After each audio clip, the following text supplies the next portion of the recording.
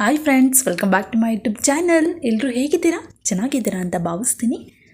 ಇವತ್ತಿನ ಒಂದು ವಿಡಿಯೋದಲ್ಲಿ ನವರಾತ್ರಿ ಹಬ್ಬದ 2ನೇ ದಿನ, ಈ ದಿನದಂದು ದುರ್ಗಾದೇವಿಯ 9 ಅವತಾರಗಳಲ್ಲಿ 2ನೇ ಅವತಾರವಾದ ಬ್ರಹ್ಮಚಾರಿಣಿಯನ್ನು ಪೂಜಿಸಲಾಗುತ್ತದೆ. ಈ ಬ್ರಹ್ಮಚಾರಿಣಿ ದೇವಿ ಯಾರು ಗೊತ್ತಾ?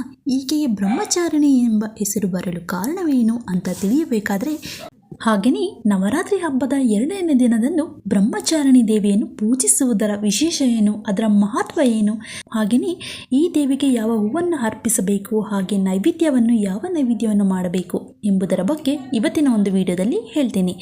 ಈ ವಿಡಿಯೋನ ಕೊನೆವರೆಗೂ ನೋಡಿ, ಸ್ಕಿಪ್ ಮಾಡಿಬಿಡಿ ಅಂತ ಹೇಳ್ತಾ ಬನ್ನಿ ಇವತ್ತಿನ ಒಂದು ವಿಡಿಯೋ ಸ್ಟಾರ್ಟ್ ಮಾಡೋಣ. ಅಶ್ವಯುಜ ಮಾಸದ ಶುಕ್ಲ ಪಕ್ಷದ ದ್ವಿತೀಯ ತಿಥಿಯಂದು ಬ್ರಹ್ಮಚಾರಿಣಿ ಸ್ವರೂಪಳಾದ ದುರ್ಗಾ ಆರಾಧನೆ ಮಾಡಬೇಕು. ನವರಾತ್ರಿಯ 2ನೇ ದಿನ ಬ್ರಹ್ಮಚಾರಿಣಿಯ ಆರಾಧನೆಯನ್ನು ಮಾಡಲಾಗುತ್ತದೆ.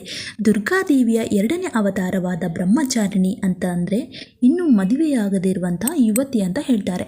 ಸೌಮ್ಯಳು, ಶಾಂತ ಸ್ವಭಾವವನ್ನು ಧರಿಸಿರುವ ಈಕೆ ಬ್ರಹ್ಮಚಾರಿಣಿಯ ಮನಸ್ಸನ್ನು ಪ್ರಶಾಂತಗೊಳಿಸಿ ಆತ್ಮವಿಶ್ವಾಸವನ್ನು ಹೆಚ್ಚಿಸುತ್ತಾಳೆ. ತಾಯಿ ದುರ್ಗಾದೇವಿಯ ಈ ಅವತಾರದ ಹಿಂದಿರುವಂತಹ ಕಥೆ ಏನು ಅಂತ ನೋಡೋಣ ಬನ್ನಿ.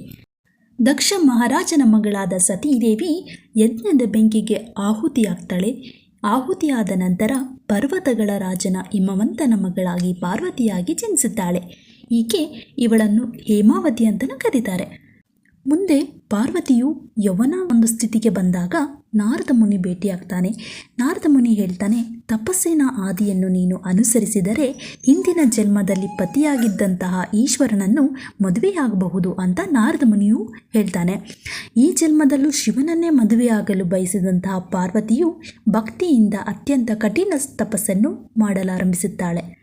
1000 ವರ್ಷಗಳವರೆಗೂ ಹಣ್ಣು ಮತ್ತು ಹೂಗಳನ್ನು ಸೇವಿಸಿದಂತಹ ಪಾರ್ವತಿಯು ಇದಾದ ನಂತರ 100 ವರ್ಷಗಳ ಕಾಲ ತರಕಾರಿಗಳನ್ನು ಮಾತ್ರ ಸೇವಿಸುತ್ತಾಳೆ. ನಂತರ 3000 ವರ್ಷಗಳವರೆಗೂ ಬಿಲ್ವಪತ್ರೆಗಳನ್ನು ಸೇವಿಸುತ್ತಾಳೆ. ತನ್ನ ತಪಸ್ಸನ್ನು ಯಶಸ್ವಿಗೊಳಿಸಲು ಅದರ ಸಲುವಾಗಿ ಆಕಾಶವನ್ನೇ ಚಪ್ಪರವಾಗಿಸಿ ಕಾಡಿನ ನೆಲದ ಮೇಲೆಯೇ ಮಲಗುತ್ತಾಳೆ. ತನ್ನ ಕಠಿಣ ತಪಸ್ಸಿನ ರೀತಿಯಿಂದಲೇ ಪಾರ್ವತಿಯು ಬ್ರಹ್ಮಚಾರಿಣಿ ಎಂಬ ಹೆಸರನ್ನು ಪಡೆಯುತ್ತಾಳೆ. ಅಂತಿಮವಾಗಿ ಬಿದ್ದಂತಹ ಎಲೆಗಳನ್ನು ತಿನ್ನುವುದನ್ನು ತ್ಯಜಿಸುವಂತಹ ಪಾರ್ವತಿಯು ಅನೇಕ ವರ್ಷಗಳವರೆಗೂ ಆಹಾರ ಮತ್ತು ನೀರಿಲ್ಲದೆ ತನ್ನ ತಪಸ್ಸನ್ನು ಮುಂದುವರಿಸುತ್ತಾಳೆ. ಎಲೆಗಳನ್ನು ತಿನ್ನುವುದನ್ನು ತ್ಯಜಿಸಿದಂತಹ ಪಾರ್ವತಿಗೆ ಅಪರ್ಣ ಎಂಬ ಹೆಸರು ಪ್ರಾಪ್ತಿಯಾಗುತ್ತೆ. 1000 ವರ್ಷಗಳ ತಪಸ್ಸಿನಿಂದಾಗಿ ಅವಳ ದೇಹವು ದುರ್ಬಲವಾಗಿತ್ತು.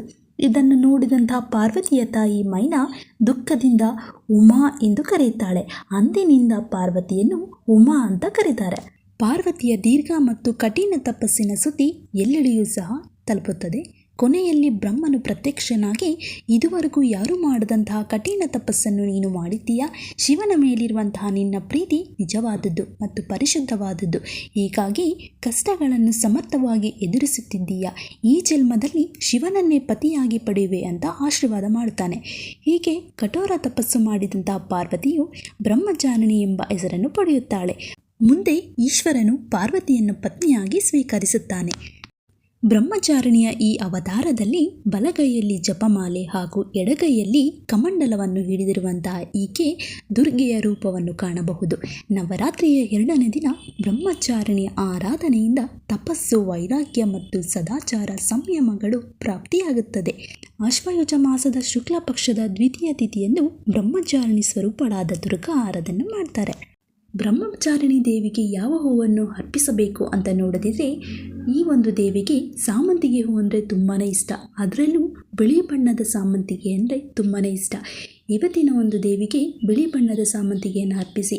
ಹಾಗೆಯೇ ನೈವೇದ್ಯ ನೋಡದಿದ್ರೆ ಸಕ್ಕರೆಯಿಂದ ಮಾಡಿದಂಥ ಯಾವುದೇ ನೈವೇದ್ಯವನ್ನು ದೇವಿಗೆಯನ್ನು ಅರ್ಪಿಸಿ. ಪೊಂಗಲ್ ಆಗಿರ್ಬೋದು, ಪಾಯಸ ಆಗಿರ್ಬೋದು, ನಿಮ್ಗೆ ಯಾವುದು ಅನುಕೂಲ ಆಗುತ್ತೋ ಸಕ್ಕರೆಯಿಂದ ಮಾಡಿದಂತಹ ಯಾವುದೇ ಒಂದು ನೈವೇದ್ಯನ ದೇವಿಗೆ ಅರ್ಪಿಸಿ. ಇವತ್ತಿನ ದಿನ ಬ್ರಹ್ಮಚಾರಿಣಿಯನ್ನು ನಾವು ಪೂಜೆ ಮಾಡಬೇಕಾದ್ರೆ ಹಸಿರು ಬಣ್ಣದ ಬಟ್ಟೆಯನ್ನು ಧರಿಸಿ ನಾವು ಪೂಜೆ ಮಾಡಬೇಕು. ನಮ್ಮ ಇಷ್ಟಾರ್ಥಗಳೆಲ್ಲ ನೆರವೇರುತ್ತದೆ ಎಂಬ ನಂಬಿಕೆ ಇದೆ. ಇವತ್ತಿನ ದಿನ ಬ್ರಹ್ಮಚಾರಿಣಿ ದೇವಿಯ ಈ ಒಂದು ಮಂತ್ರವನ್ನು ಪಠಿಸಿ. ನೋಡಿದ್ರಲ್ಲ ವೀಕ್ಷಕರೇ, ಇವತ್ತಿನ ಒಂದು ದಿನ ಯಾವ ದೇವಿಯನ್ನು ಆರಾಧಿಸಬೇಕು, ಹಾಗೆ ಬ್ರಹ್ಮಚಾರಿಣಿ ದೇವಿಯ ವಿಶೇಷತೆ ಏನು ಅಂತ ಈ ಒಂದು ವಿಡಿಯೋದಲ್ಲಿ ತಿಳ್ಕೊಂಡ್ರಲ್ವಾ. ಮತ್ತಷ್ಟು ವಿಷಯಗಳನ್ನು ಮುಂದಿನ ವಿಡಿಯೋದಲ್ಲಿ ತಿಳಿಸ್ಕೊಡ್ತೀನಿ. ಇವತ್ತಿನ ಒಂದು ವಿಡಿಯೋ ನಿಮಗೆ ಇಷ್ಟ ಆದರೆ ಲೈಕ್ ಮಾಡಿ, ಶೇರ್ ಮಾಡಿ ಆ್ಯಂಡ್ ಸಬ್ಸ್ಕ್ರೈಬ್ ಮಾಡಿ ಅಂತ ಹೇಳ್ತಾ ಇವತ್ತಿನ ಒಂದು ವಿಡಿಯೋ ಎಂಡ್ ಮಾಡ್ತಾ ಇದ್ದೀನಿ.